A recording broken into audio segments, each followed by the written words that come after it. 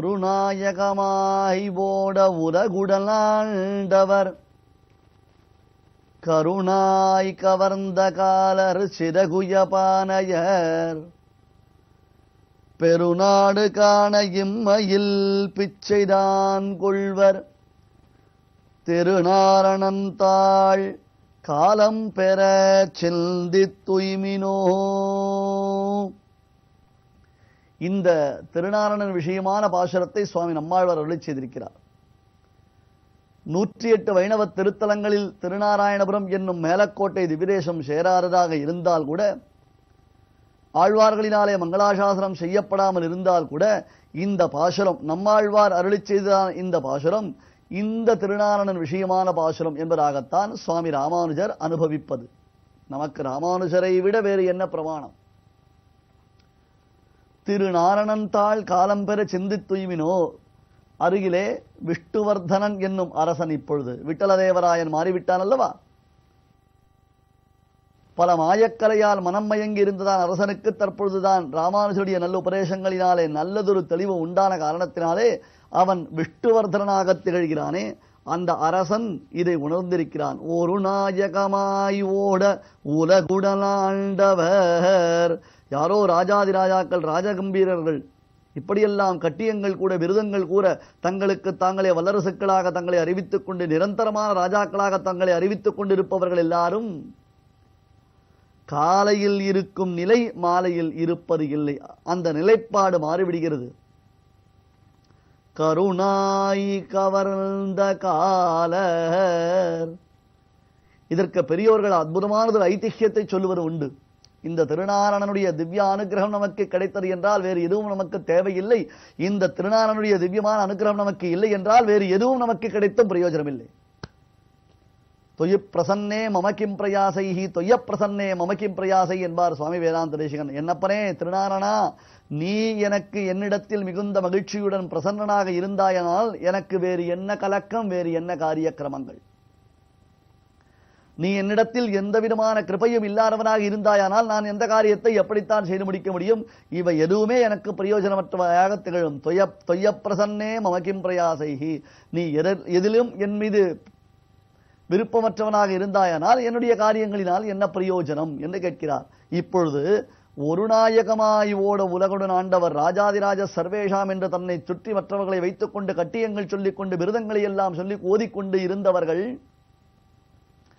எதிர்பாராத வகையில் உடனே அடுத்த நொடியில் அடுத்த தேசத்து அரசன் போர் செய்ய வந்து விட்டான். இவன் போருக்கு தயாராக இல்லை. இவன் தான் பேரரசனாக தன்னை அறிவித்துக் கொண்டானே என்றால் வெறும் அறிவிப்பு மட்டும்தான் இருந்ததை தவிர்த்து ஒன்றும் செயலில் இல்லை அல்லவா? ஆகையால்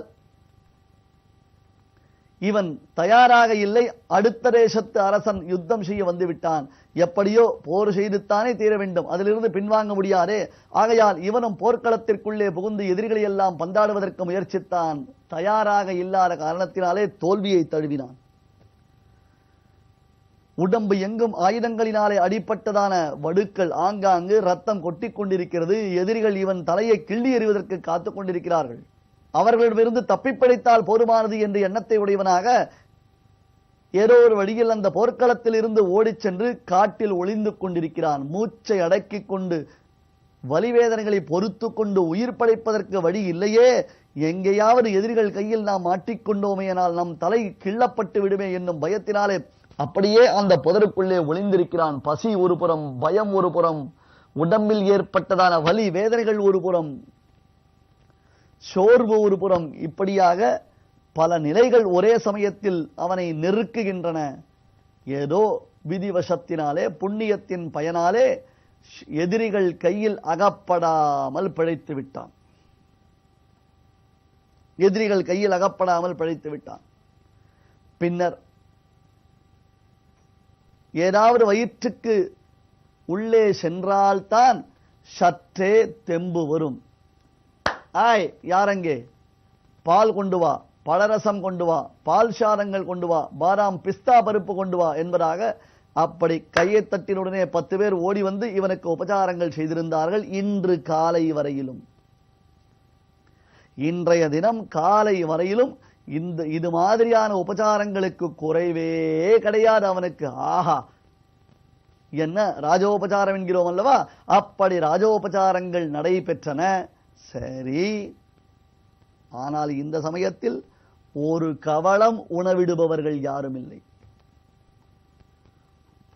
ஒரு கவளம் அவனுக்கு உணவிடுபவர்கள் யாரும் இல்லை. எங்காவது கிடைக்குமா? கானகத்திலிருந்து தள்ளாடி தள்ளாடி தட்டு தடுமாறிக்கொண்டு கண்கள் பஞ்சடைந்து நினைவிழந்து பசியினாலேயும் தாகத்தினாலேயும் பயத்தினாலேயும் வலி வேதனைகளினாலேயும் ராஜ்யத்தை இழந்தோமே என்னும் வருத்தத்தினாலேயும் எதிரிகள் கையில் அகப்பட்டு கொண்டு விடுவோமே என்னும் பயத்தினாலேயும் நடுக்கத்தினாலேயும் தள்ளாடி தள்ளாடி தான் மறைவிடத்தை விட்டு வெளியே வருகிறான். அங்கே ஒரு இடத்தில் சிறியதொரு கிராமம்.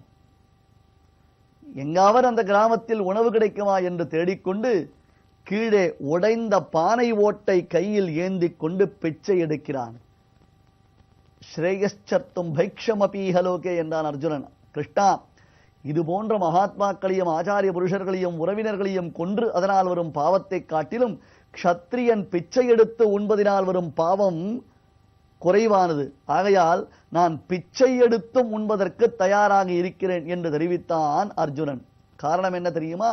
க்ஷத்ரியர்கள் பிச்சை எடுக்க கூடாது என்பது அந்த காலத்திய சாஸ்திரம்.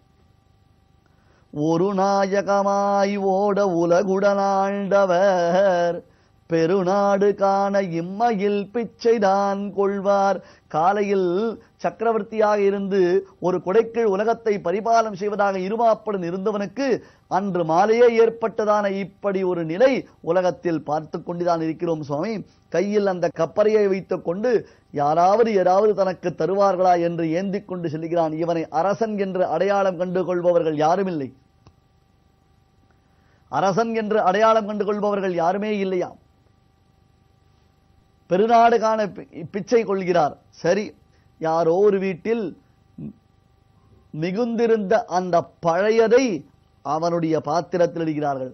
பழையது என்பதாக ஒரு பொருளை தன் வாழ்நாளில் அவன் பார்த்தது இல்லை அரசன். பாலையும் பழரசத்தையுமே பருகியவனுக்கு, பால் சோற்றையே புஜித்தவனுக்கு, புதியதான உணவு வகைகளை எல்லாம் உண்டு அவற்றை அப்பப்படியே வீணாக்கியவனுக்கு இந்த பழைய சோறு இந்த சமயத்தில் இன்றைய தினத்தில் தேவாமிர்தமாக இருக்கிறது. இதுவாவது கிடைத்ததே, பசிக்கு பணம்பழம் கிடைத்ததே என்று கண்கள் பஞ்சடைந்ததினாலே பசி மயக்கத்தினாலே கையில் பிடித்த பானையுடன் தள்ளாடி தள்ளாடி வருகிறான். கருணாய் கவர்ந்த காலர். ஆழ்வார் இங்கே வர்ணிக்கிறாரே, உண்மையில் உள்ளத்தை உருக்கும் வார்த்தைகள். ஒருவன் தன்னை பெரும் புண்ணியசாலியாக புண்ணியாத்மாவாக தன்னுடைய நிலைக்கு என்றுமே மாறுதல் ஏற்படாது என்னும் இருமாப்புடன் இருப்பவர்களை எல்லாம் ஷவுக்கில் அடிப்பதை போன்ற நிகழ்ச்சியாக ஆழ்வார் இங்கே காண்பிக்கிறார். இதோ இந்த திருநாரணன் சாட்சியாக ஆழ்வார் இதனை நமக்கு காண்பிக்கிறார். இங்கே திருநாரணன் சந்நிதியில் திருநாரணனை பிரதிஷ்டை செய்த பகவத் ராமானுஜரை முன்னிட்டுக் கொண்டு நமக்கு இதனை ஆழ்வார் தெளிவுறுத்துகிறார். என்ன ஆயிற்று தெரியுமா? கையில் அந்த பழையதுடன் வருகிறான். கண்கள் இருட்டிக் கொண்டு வருகின்றன. மங்கிய மாலை பொழுது. இக்காலத்தில் இருப்பதை போன்ற வெளிச்சங்கள் வாய்ப்புகள் எதுவும் இல்லை. அங்கே ஒரு நாய் தரையில் படுத்துக் கொண்டிருக்கிறது. கருநாய். இரண்டு விதமாக பொருள் சொல்லப்படுகிறது. கருத்த நிறத்தை உடையதான ஒரு நாய். இருள் சூழ்ந்த வேளை மயக்கத்தில் இருக்கிறான். கருத்த நாய் ஒரு பொருள். மற்றொன்று, அந்த சமயத்தில்தான் கருவுற்றிருந்ததான அந்த நாய் பிரசவித்து விட்டு 4-5 குட்டிகளை ஈன்றுவிட்டு அந்த பிரசவித்த வேதனையில் வரியில் சற்றே இளைப்பாரிக்கொண்டு கீழே படுத்துக் கொண்டிருக்கிறது. இது தெரியாத அரசன் அந்த நாய் வயிற்றின் மீது தன் காலை வைத்து விட்டான். என்னாகும்? என்னாகும்? ஒரு நாயகமாய் ஓட உலகுடனாண்டவர் கருணாய் கவர்ந்த காலர் சிறகுயபானையர். இவன் தன் காலை வைத்த மாத்திரத்தில் வலியினாலேயும் வேதனையினாலேயும் இருந்த அந்த நாய், கருவுற்றிருந்த நாய் உடனே ஒரு எகிரி வள் என்று அவனை கடித்தது. கையில் இருந்த பானை அதில் இருந்த பழையது மண்ணோடு மண்ணாக சிதறியதே. மண்ணோடு மண்ணாக அவைகள் கலந்து விட்டனவே.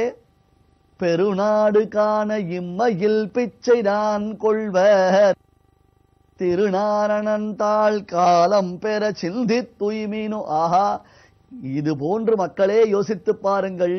எது நிரந்தரம் என்பதை அறியாதவர்களாய் இருக்கிறீர்களே.